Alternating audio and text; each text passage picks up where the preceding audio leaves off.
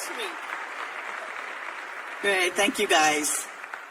You can be seated. We're going to go through this fast because you guys have already heard some excellent messages. You didn't need me. Oh my goodness, this whole row just gave excellent messages. Thank you, Lindsay family and leadership of CFNI for giving me. Really, it's an honor, an opportunity. I've worked with all three generations, Mrs. Frida Lindsay, many of us have, and Mrs. Frida Lindsay and Dennis and Ginger, and now go on, and Chrissy and Missy and Honey. So it's such an honor. You know, I've always thought that, and I still think it, that the commencement speaker should be somebody really special. So I hesitated when I was asked, but then I remembered my sweet granddaughter Penelope when she was in kindergarten. She asked if she could bring me to school for show and tell. Now, I don't think you can get any more special than that, right? She wanted to bring me to school for show and tell. Oh, wait a minute, I almost forgot something. Hold on. This is for Adam. Would you just hold that for later? You good? You good? Okay, some of you will know what it means. Adults wait until after they speak to chew gum. Okay. Listen, if you were not here in May, you did not see him throw me under the bus. So he is just reaping what that man sowed.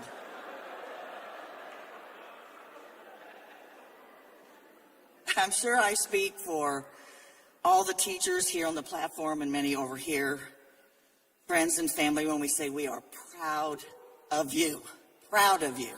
Makes me want to sing, I'm not going to, but it makes me want to sing, look what the Lord has done. I mean, look what he's done in your life. Many of you thought, I will never make it to the end. And you're really not at the end, you're at the what? Beginning. One of the last times I had the opportunity, a few years ago, in fact, Dr. Lindsay and I were talking about it in the green room, to speak to graduates and their family, faculty, was a big graduation banquet we used to have. And it was held this year, that year that I was speaking, at the Dallas World Trade Center. So we're seated at the head table. To my left was Mrs. Frida Lindsay, and to my right was my handsome, dignified statesman, nothing dumb ever happens to him, husband on my right. And during my brief time of exhortation, both of my earrings fell off. So this time, I'm believing I will get through the next few minutes without incident. I started to do the math, trying to figure out how many classes per week, per semester for 2 or 3 years that you have had. My math anxiety kicked in, and I just decided to tell you that you have had a lot of classes. Craig, there is one class I would like to teach before I actually retire. And I would like the name of it to be, What Do You Want to Know? And that's all. We're just going to open it up, and I'm just going to sit and bring other people in to say, what do you want to know? And then I want the subtitle to be, I could be wrong, but I doubt it. So that, wouldn't that be a good class? You'd come back for that one, right?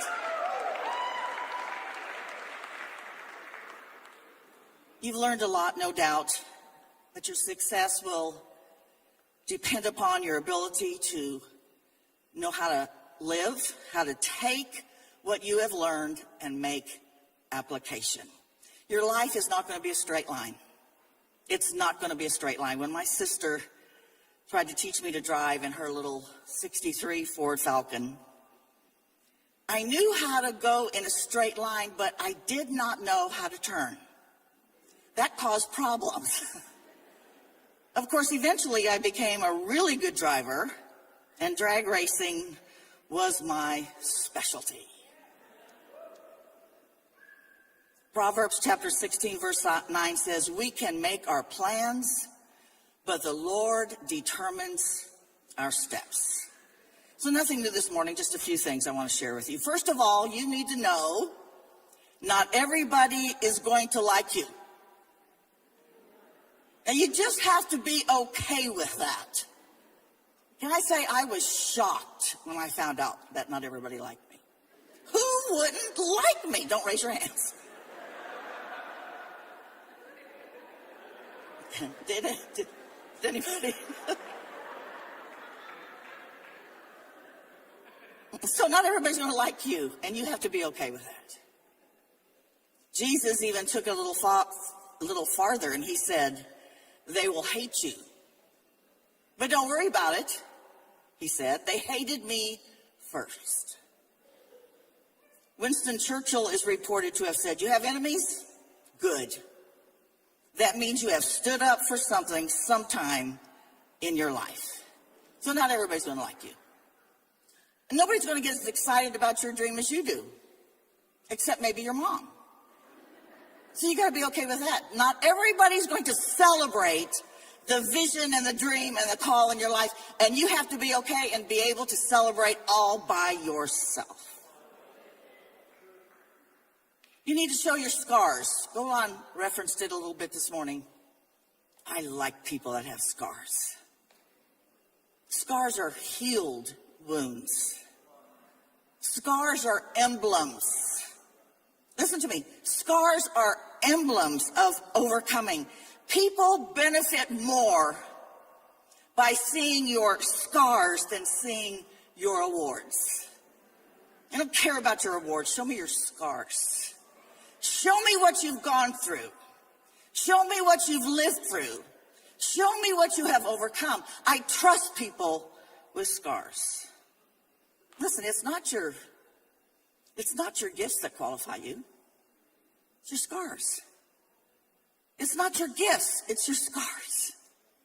One author said this: on the last day, Jesus will look us over, not for medals, diplomas, or honors, but scars. Don't be afraid of the dark.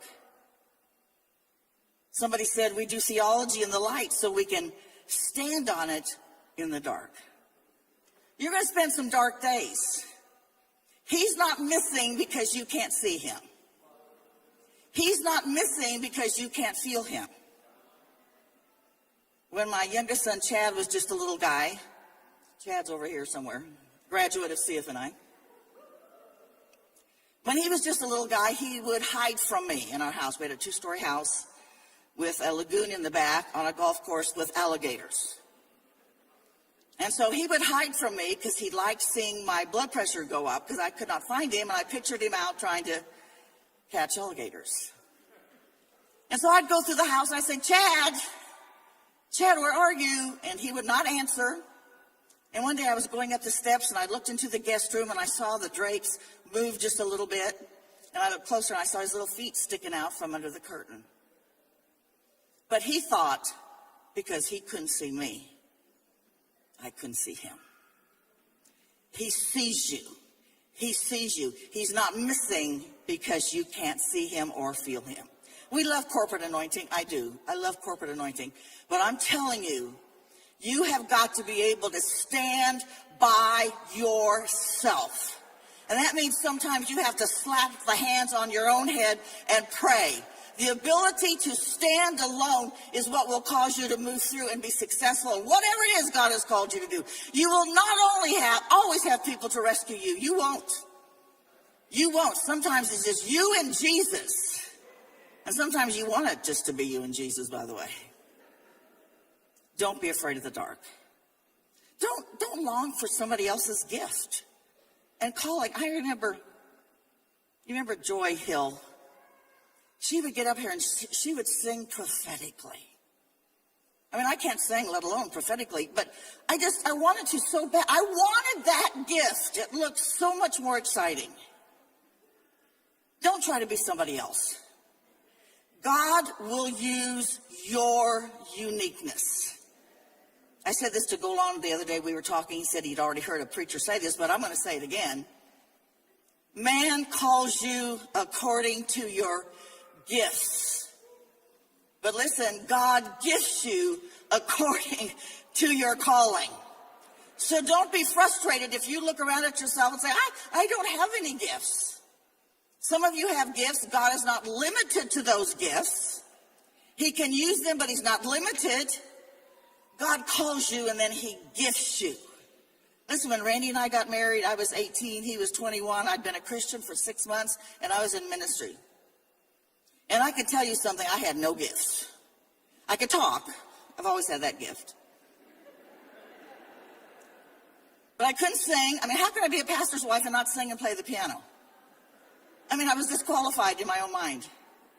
I couldn't cook, still can't, don't want to, don't give me a recipe. I hate recipes, I do, so don't. I wasn't very sweet. I could take people or leave them, I didn't really care. That's not a good, bio for a pastor's wife. But God came along and he gifted me, according to whatever the call was on my life.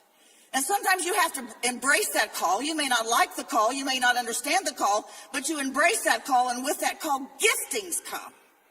Listen, God can't bless who you pretend to be. Come on, he cannot bless who you pretend to be. Keep hold of hope for the future. There has always been times of despair that comes into each generation. Listen, I'm so thankful Randy and I didn't give up in the 60s, the fears of the 60s and 70s, because it was rough. It was a lot going on. Doomsday predictions. It was a scary time. Either Jesus or the Russians were coming. We weren't sure which one was.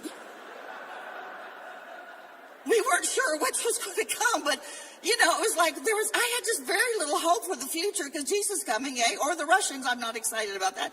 But that was the message. That was the message of the church in the late 60s and early 70s. Vietnam War, campus riots, assassinations. I mean, it was horrific, similar to what we have gone through recently. Many thought and preached, this is surely the end. But I'm going to tell you guys something. It's not the end until he says it's the end.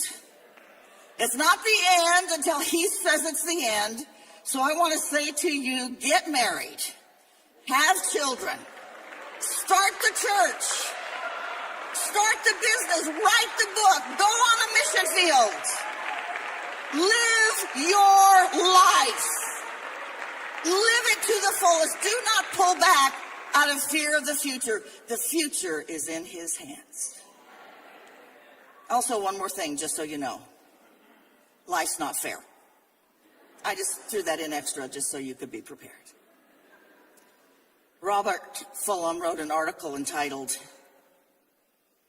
All I Really Need to Know, I Learned in Kindergarten. Share things. Play fair.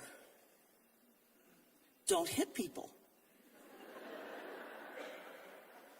Put things back where you found them. Clean up your own mess. Don't take things that aren't yours. Don't throw things. I added that one. Personal experience. Don't throw things. Say you're sorry when you hurt somebody. And when you go out into the world, it's best to hold hands and stick together. My charge to you, graduating class of 2024, based on Paul's charge to Timothy. Preach the word.